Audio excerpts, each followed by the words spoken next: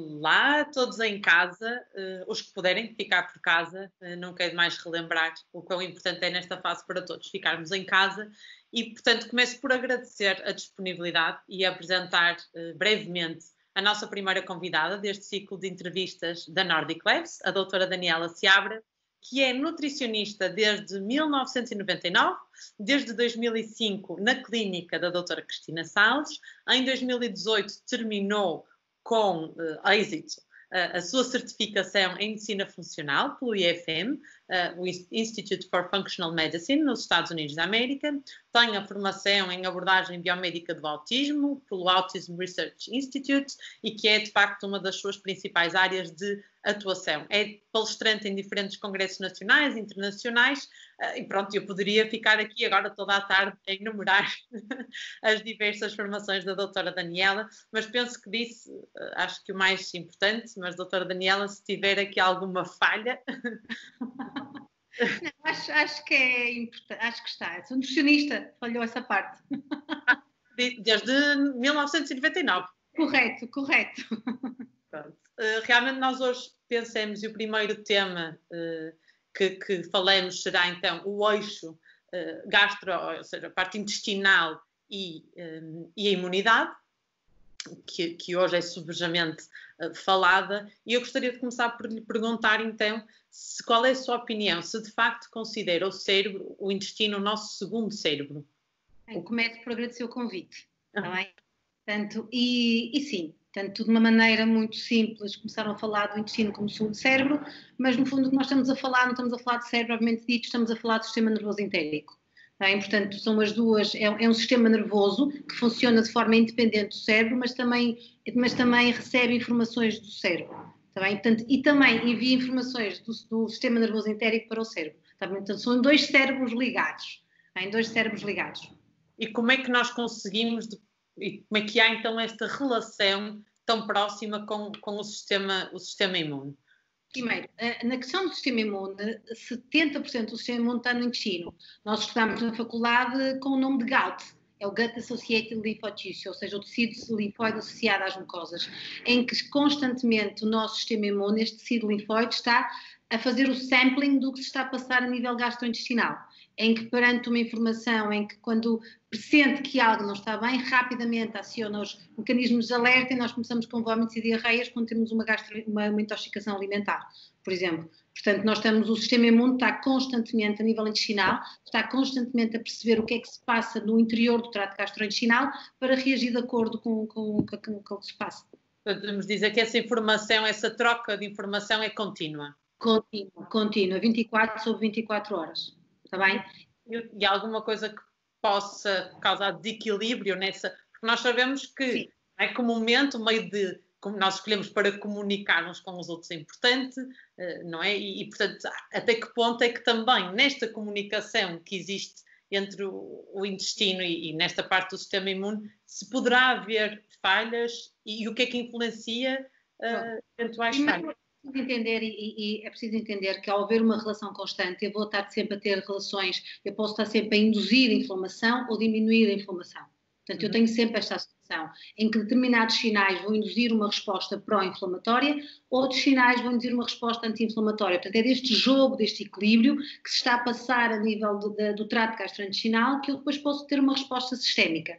Porque se eu tenho uma constante estímulo pró-inflamatório a nível do intestino, o que vai acontecer é que eu vou ter uma libertação de mediadores pró-inflamatórios que vão acabar por influenciar todo o organismo.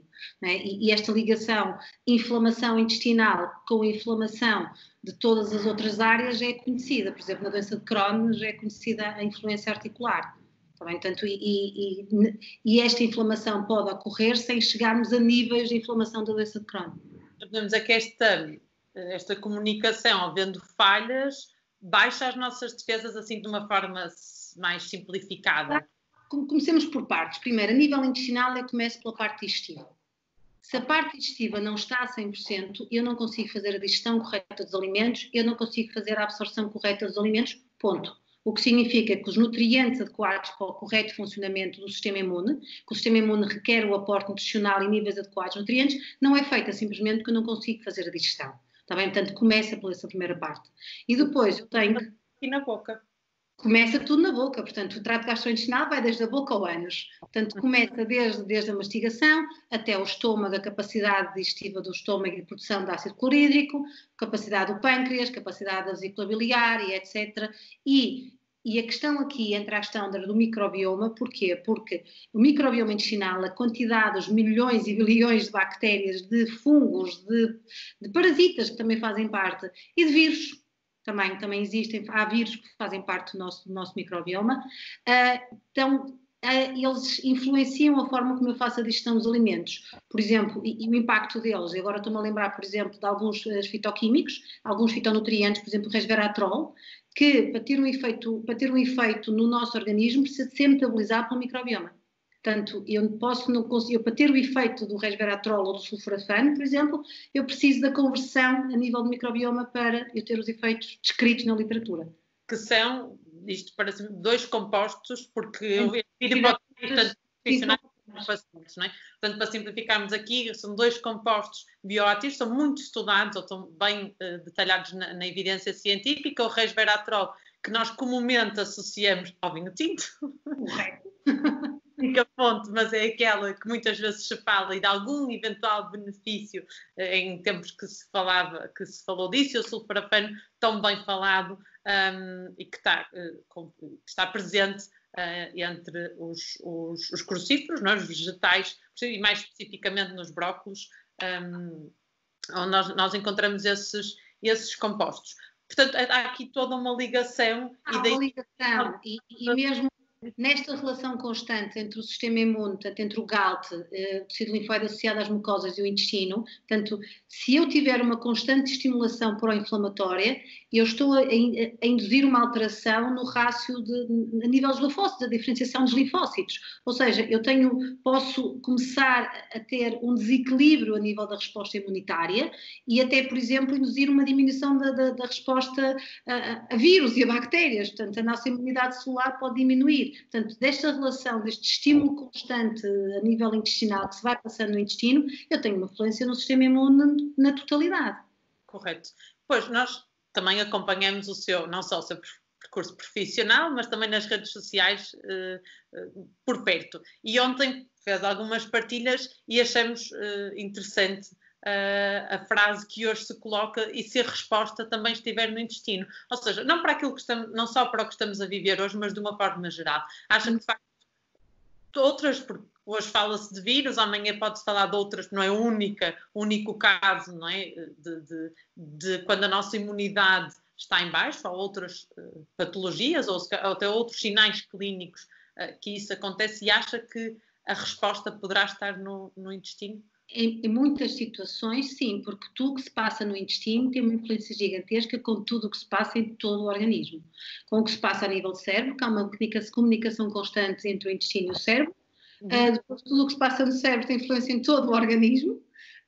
Tudo o que se passa a nível hormonal, portanto o intestino influencia a produção de cortisol, produção de insulina, produção de estrogénios, produção, degradação e metabolização de não sei quantas hormonas, influencia da forma como o nosso organismo elimina as moléculas que têm que ser eliminadas, não é? Depois de fazer a biotransformação vai tudo para o intestino. E estas bactérias podem desconjugar e eu volto a reabsorver, também influencia essa parte. Aliás, eu não me estou a lembrar de nada em que o intestino não influencia na nossa saúde. Portanto, a capacidade imunitária, a capacidade neurológica, o funcionamento neurológico, muscular, porque estamos a falar de nutrientes, a forma como absorvem os nutrientes. Portanto, pode estar...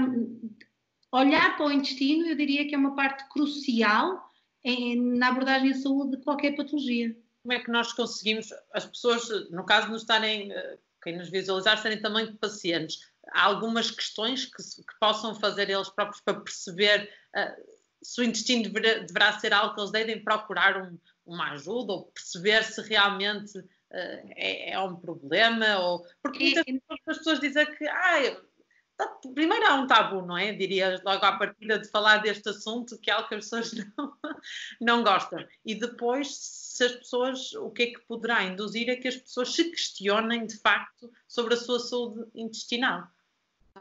Comecemos por... há uma frase muito engraçada que nós devemos olhar sempre para tudo o que sai de nós. Sempre que nos assoamos, percebemos a cor do ranho, sempre que urinamos, olhar para a cor da urina, e sempre que vamos, que o intestino funciona, temos que olhar para a consistência das fezes. Está bem? Portanto, é importante o que se passa a nível do intestino. Primeiro, se a pessoa perceber se tem alguma coisa de mal, primeiro não pode ter sintomas. Portanto, não pode ter a sensação de digestão pesada, distensão abdominal, queixas gastrointestinais, dores, etc. Mas isso é fácil de identificar. Mas, por exemplo, a nível de funcionamento, um funcionamento intestinal normal significa ir à casa de banho 1 a 2 vezes por dia, sem qualquer dificuldade, portanto, tem vontade, vai, as fezes saem inteiras, ficam inteiras e afundam. Isto é o perfeito. Portanto, fezes que são difíceis de limpar, fezes que são difíceis, no fundo, sai uma cobrinha, cai e fica uma cobrinha e é fácil de limpar. Isto é o perfeito e não há dificuldade. Estamos aqui a falar da consistência. A casa de banho em 5 minutos. Forma e cor são importantes das pessoas também. São.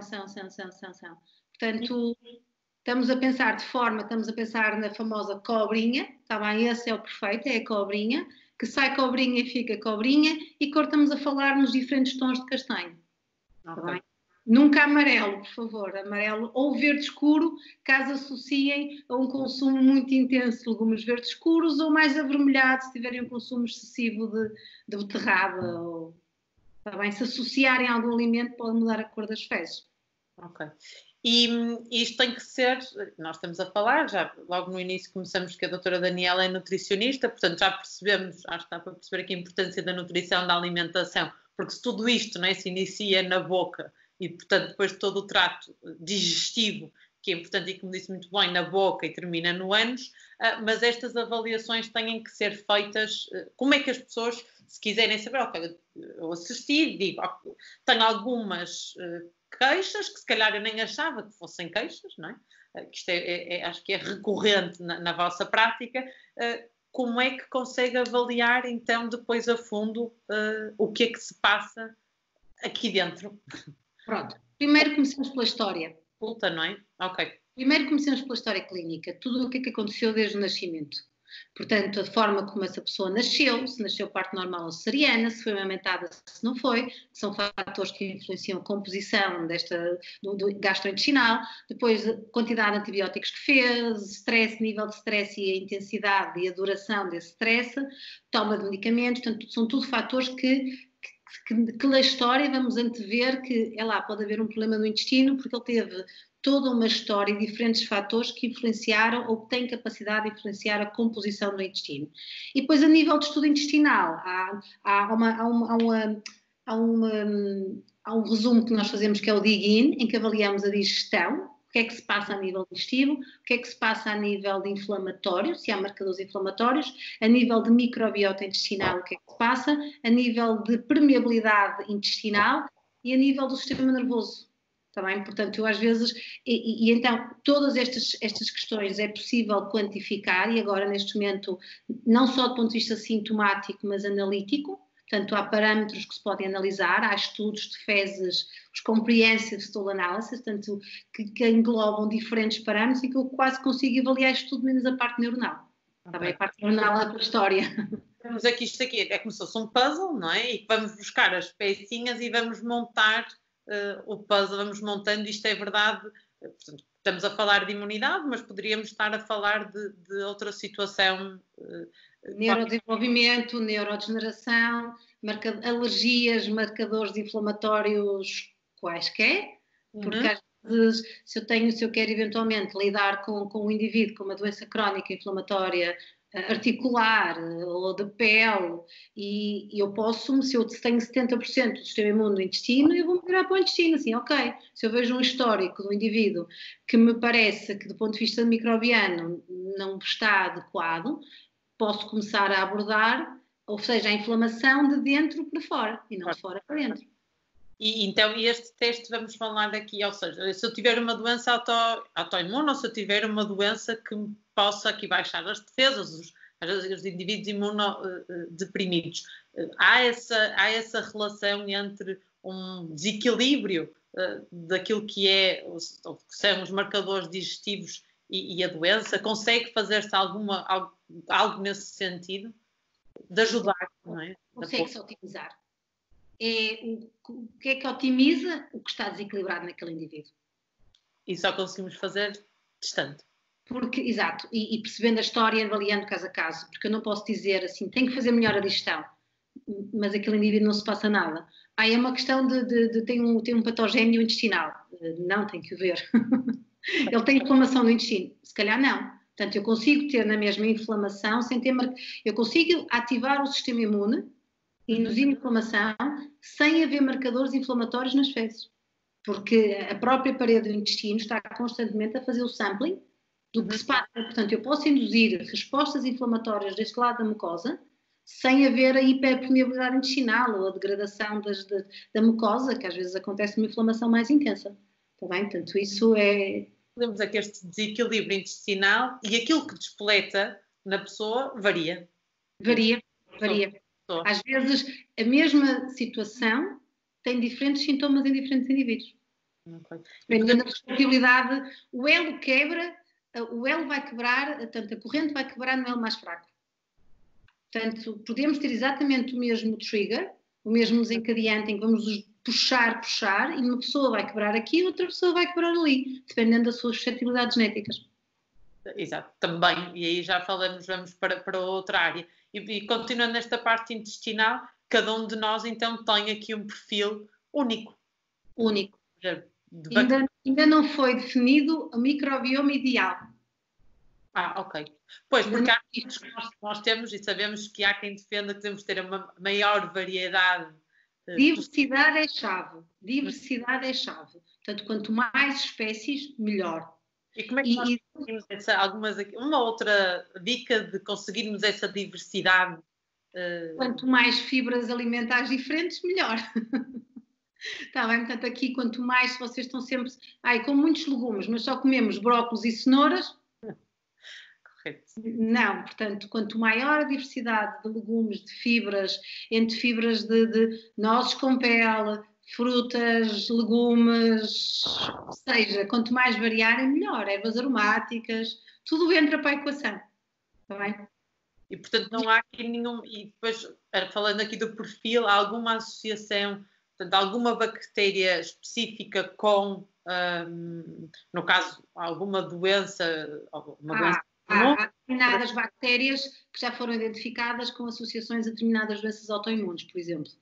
Portanto, a presença dessas bactérias no intestino, portanto, havendo uma possibilidade de algum aumento da permeabilidade intestinal, no caso de inflamação, por exemplo, o sistema imune entra em contacto com aquela bactéria e começa a induzir anticorpos contra aquela bactéria tem a mimicria molecular, ou seja, tem estruturalmente semelhante a antigénios das nossas células celulares e então ataca as nossas células, no fundo, com os mesmos anticorpos com que estava a atacar a bactéria.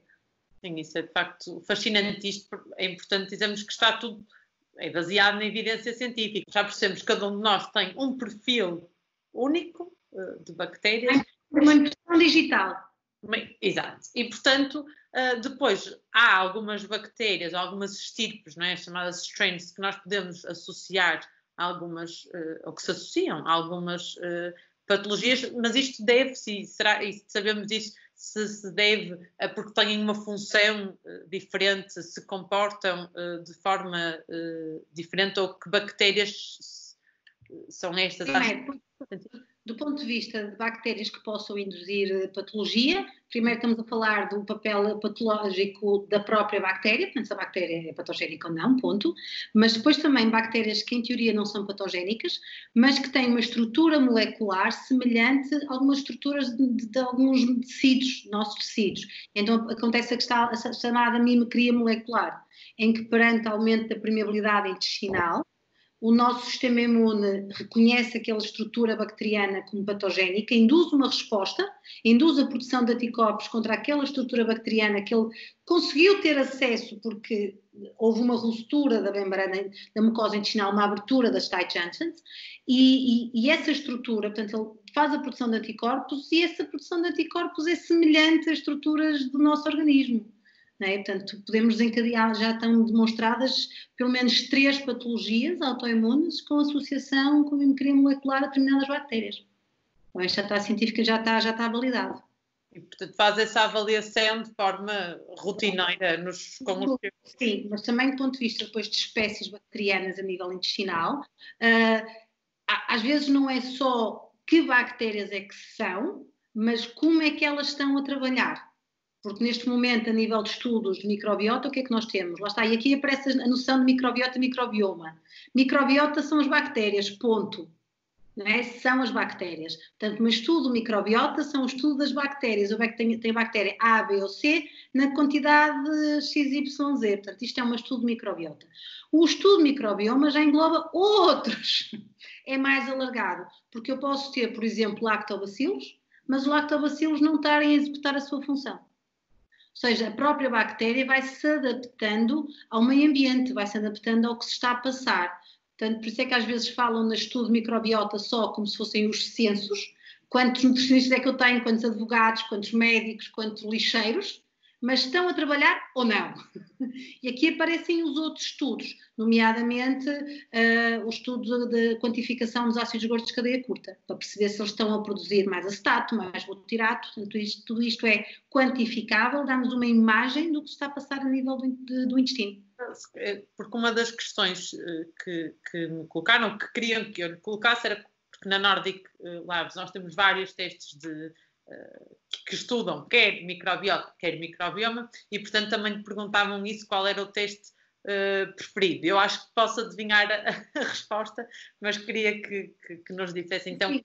Preferido é o GI Effects, a Genova, confesso, é o meu preferido, mas porque é o mais completo, portanto dá-me isto tudo, dá-me ainda mais, dá-me a diversidade microbiana, dá-me a quantidade total de bactérias e ainda me dá se aquelas espécies bacterianas estão mais associadas, por exemplo, a marcadores uma maior inflamação ou não.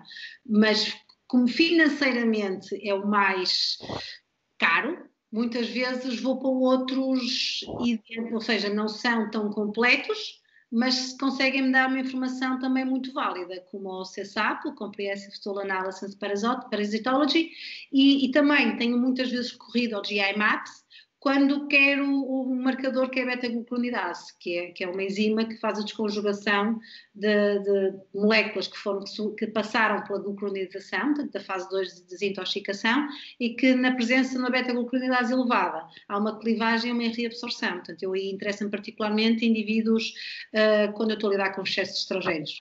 O que eu quero perceber os estrogénios, eu vou procurar o GI-MAPS de forma específica. Mas o GI-MAPS também tem a capacidade de virulência, portanto, avalia a determinação de vírus e da própria virulência, é possível detectar o Helicobacter pylori e a capacidade patogénica do próprio Helicobacter pylori, porque existem diferentes. O GI-MAP faz isso. Portanto, o teste, eu diria que o melhor teste para aquele doente é o que melhor me serve, tendo em conta o caso clínico.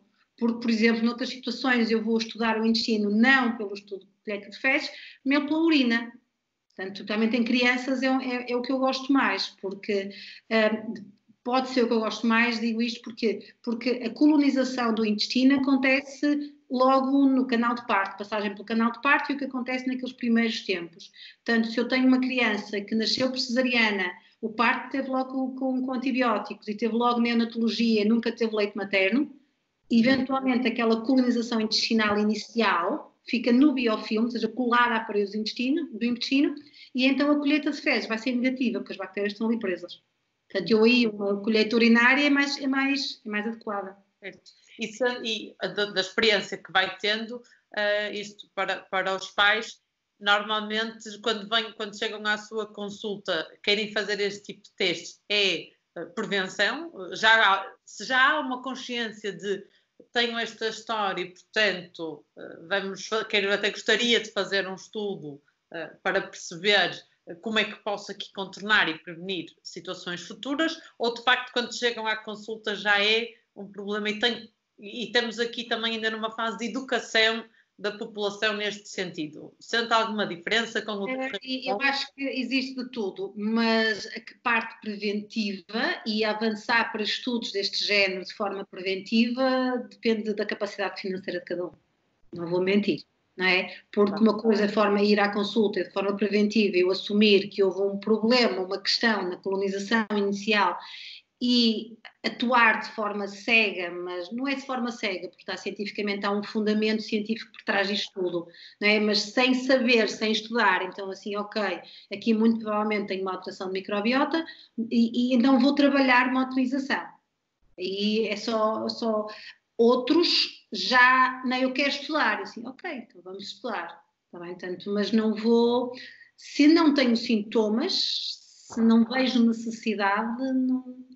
Porque sim, porque já está com testes baratos, portanto. Isto vem a também da individualização, não é? Que é perceber. Necessidade de um.